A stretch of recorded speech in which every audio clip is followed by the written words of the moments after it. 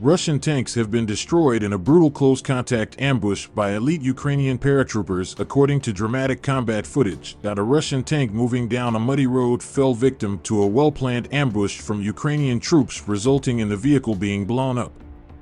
Drone footage taken of the clash appears to show a Ukrainian infantryman firing a rocket hitting the rear of the tank. Continuing on a short distance, the Russian tank then suffers a secondary explosion. Thick smoke bellows from the damaged tank after the Ukrainian missile strike. Nearby, a second Russian tank stands motionless. It is unclear from the footage if the second vehicle has also been taken out by the Ukrainian unit.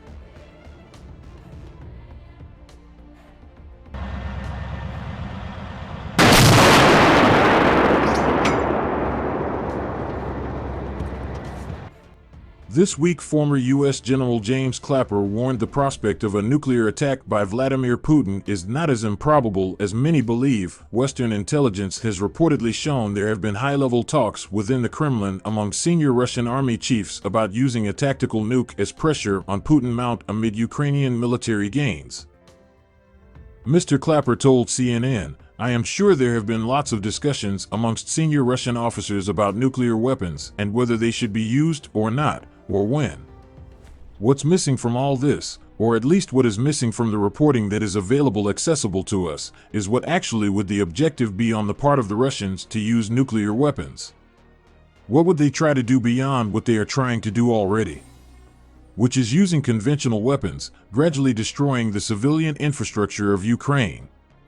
I still feel the prospect for the use of nuclear weapons is unlikely, but not as improbable as it was before February 24th.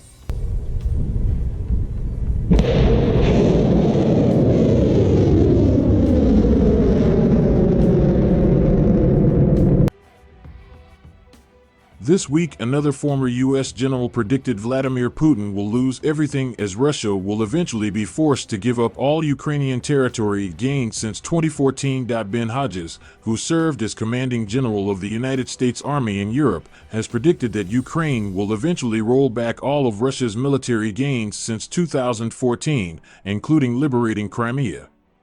Putin is desperate to cling onto the territory in southern and eastern Ukraine, which Russian forces have managed to grab but are now struggling to hold as Kyiv mounts renewed offensives powered by Western weaponry. The retired general told Times Radio, "I believe that Ukraine will have liberated Crimea by the summer, and I believe that because we've talked about who has the superior will. The Ukrainian soldiers and Ukrainian people compared to the Russians.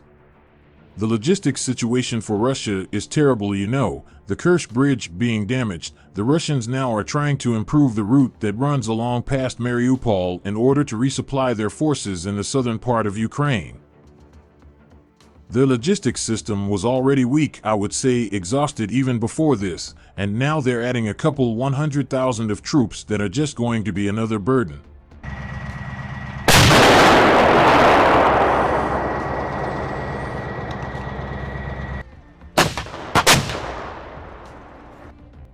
The whole calculation of Vladimir Putin, from the very beginning, was based on two assumptions. First, Russia's possession of nuclear weapons would deter Western military intervention for fear of a wider escalation.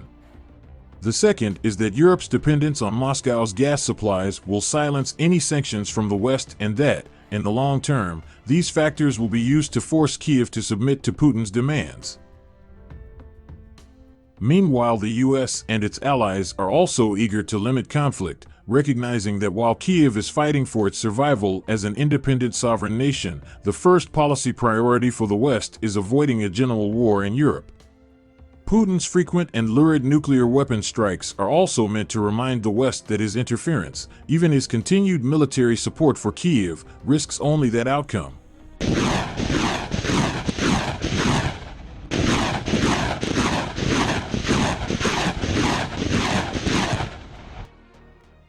This framing of the war also explains the constant calls for a negotiated resolution of the conflict. Many attempts to end the war, from French President Emmanuel Macron to business magnate Elon Musk, have focused on the need for negotiation. They mean compromises by Ukraine over parts of its territory, such as Crimea, or its security status regarding NATO membership and alignment with the West rather than Russia. Even U.S. President Joe Biden's statement that Putin should be offered a way out is an admission of a desire to resolve the Ukraine crisis on these terms.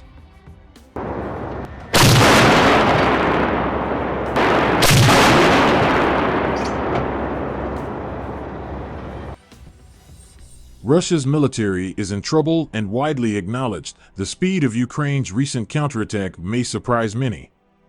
In particular, it said that Russia had failed to effectively deploy its forces to counter Ukraine's advances. While Russian forces may be able to regroup and offer limited resistance, they will struggle to overcome the trauma Ukraine has inflicted on Russia's command and control infrastructure. Currently, Russia's military leadership is in crisis. The Ukrainian military has managed to master its power, not only physically but also intellectually.